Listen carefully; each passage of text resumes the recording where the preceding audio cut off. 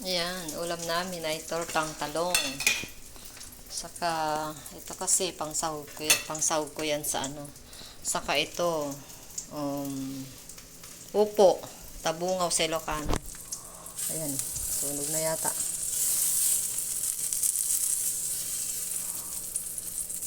Ayan, yummy yummy, tortang talong. Puro gulay kami ngayon. Oh, puro gulay kami ngayon. Sarap.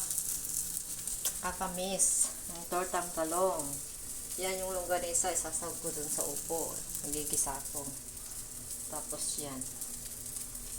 Tatlo kami, tagdadalawa kami.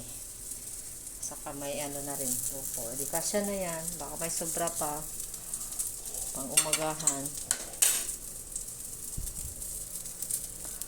Ayan. Marami kasi yung itlog na ano sa rep. Tagal na daw. Baka patapon pa nga ng pamangkin ko. Sabi ko, wag. Baka hindi na daw pwede. Expired na daw. Hindi, okay lang yun. Nakarep naman eh. Saka ito, napaka-yellow yung ano, fresh na fresh. Yung kulay ng itlog. Kasi kitang-kita, ang lalaki ng mga itlog. Red na ano, parang orange, dark orange yung kulay. Ay, tumawag yung sa ako. Wait lang. Ayan, malapit na ako matapos magluto ng talong, tortang talong. Yummy, yummy. Ay naku, masusunog na. Kukunin ko na.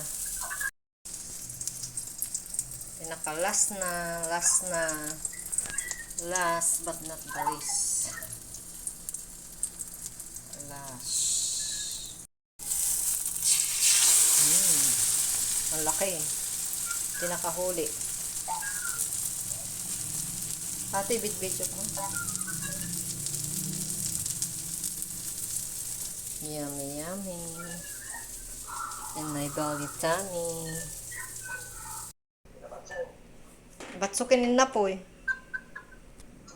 Bye-bye. Thank you for watching. Please subscribe to my channel. See you soon. See you again pala.